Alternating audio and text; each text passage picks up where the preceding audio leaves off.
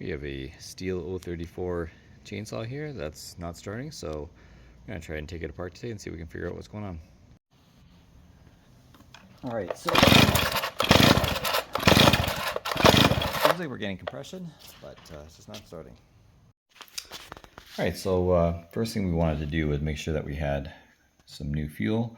So we emptied the fuel and put some new gas in with a mix of oil, and still wasn't starting. So the next thing I want to do is check the obvious things. We're going to check the exhaust filters in here, the fuel filter in here, and then the air filter in here. So I'll check the filters and make sure that there's nothing plugged. Alright, so I'm just going to check the exhaust filter there. So there's 4 Torx screws and 2 underneath. I'm going to remove those and we'll pop this muffler off here. Okay, now that those 4 screws are removed, we're just going to remove this exhaust cap. And we can see that there's nothing plugged there. And this screen looks pretty clean. I don't see any carbon buildup on it. So I don't see any reason why the exhaust wouldn't be getting through, so I think we're good here.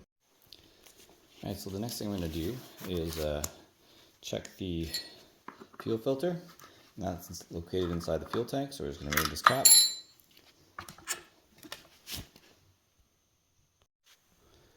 Alright, so I just grabbed it with some needle nose pliers, but looking at it here, and it looks pretty clean, so I don't think that that's going to be an issue.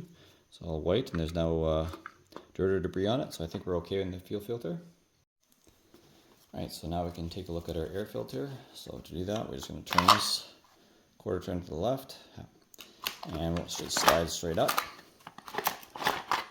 and off. And take a look at our air filter here. So I'm just going to remove that. These 2 screws. Alright, so our air filter doesn't look too bad. I mean, there is some sawdust there that I'll definitely clean up, but I don't think that should be causing any issues, the motor not starting.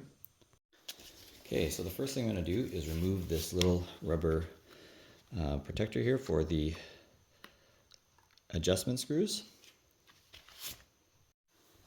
Next, I'm going to remove the 2 linkages. The first one is for the choke, and I just want to move that down. There we go, so that I can move this out of the way. And then the next one is for the throttle. Just slide that up.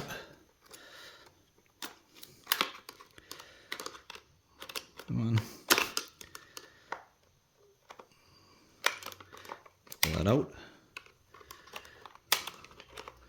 There we go. So those 2 linkages are removed now.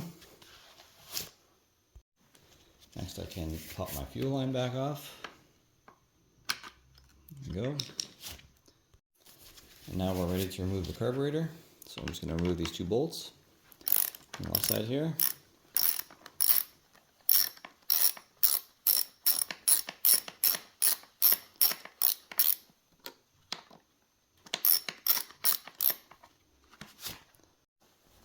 Once those 2 bolts have been removed, we should be able to slide the carburetor right out. Just like that. Okay, so the first thing I'm going to do with the carburetor is to remove the top and just make sure that we don't have anything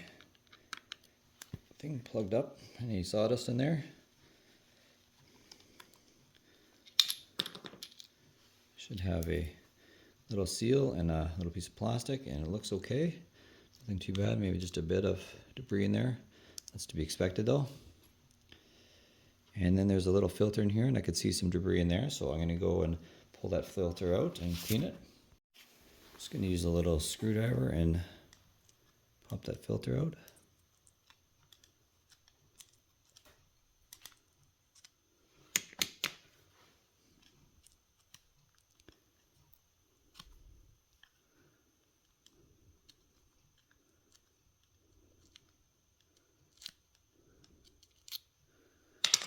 Go.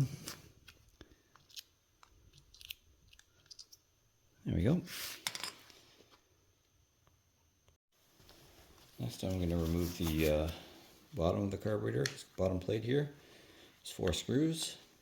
Remove that, and we'll check the diaphragm, make sure it's okay and not too stiff.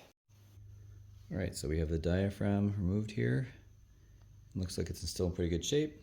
It's not too stiff. All right, so next I'm going to remove this bottom screw here, but we've got to make sure that we hold that piece down because there's a spring in there. We don't want to lose that.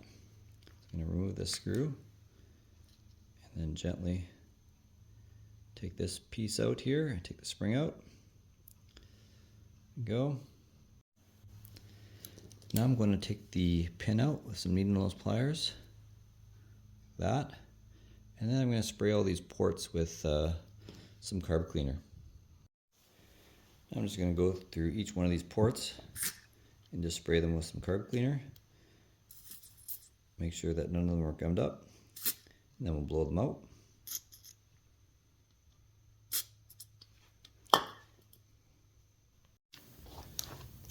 I'm just going to use some compressed air. Just make sure that I can feel the air coming through on the bottom side. Yeah, and I do. When I come through that fuel line, the air is getting through now. Alright, so now we can put our pin back in.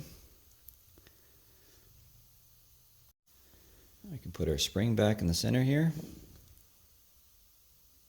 There. Now we can put our little rocker arm back in place. And these little two forks are just going to slide underneath that pin again. And then this goes underneath the spring. And then we can screw it back into place. Okay, we can put our screw back.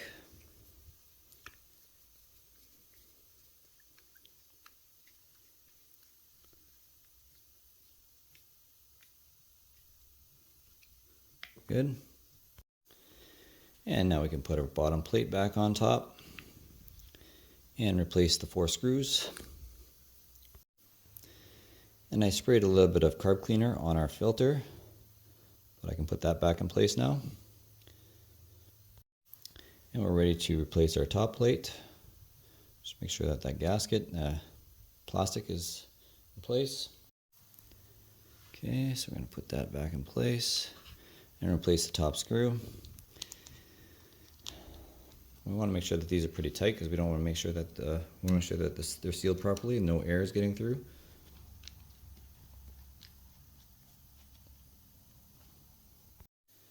And now we can put our carburetor back on the saw and slide it in, replace those 2 bolts.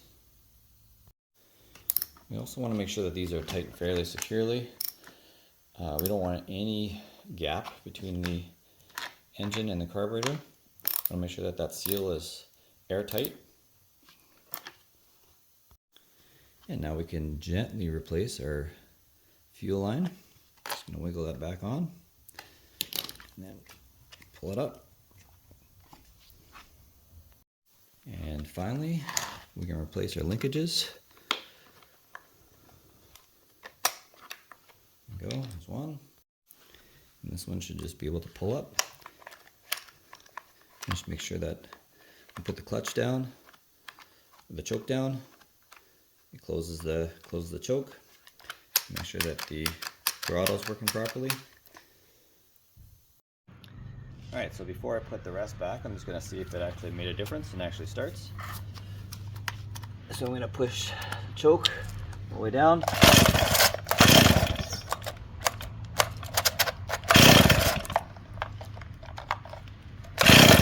Well, sounds like it might go. I'm going to pull up, open the choke up.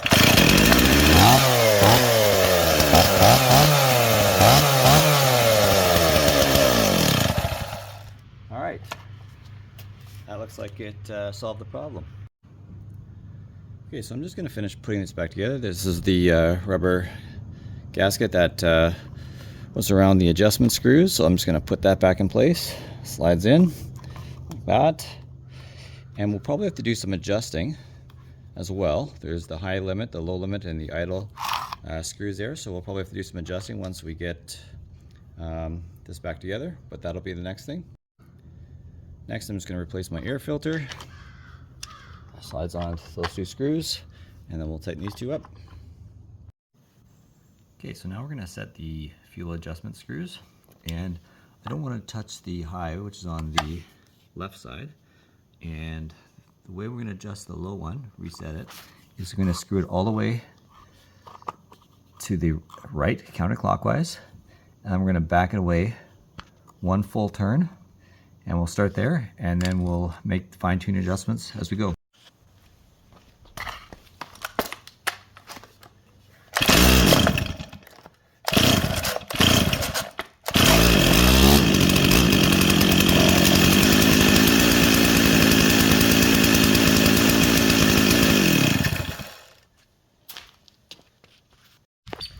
As we saw, the chain is running when it's in idle mode. So what we're going to do is adjust the idling screw here at the top. It's this top one. And we're going to turn it counterclockwise to the left here while it's running until the chain stops.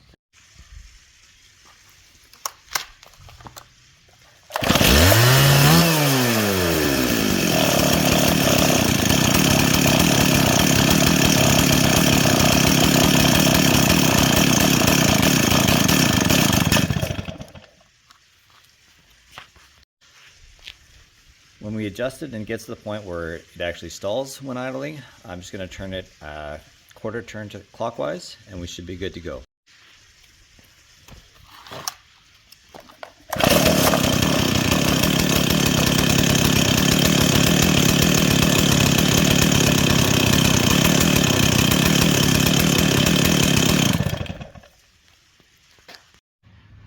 And last but not least, we can place the cover for the air filter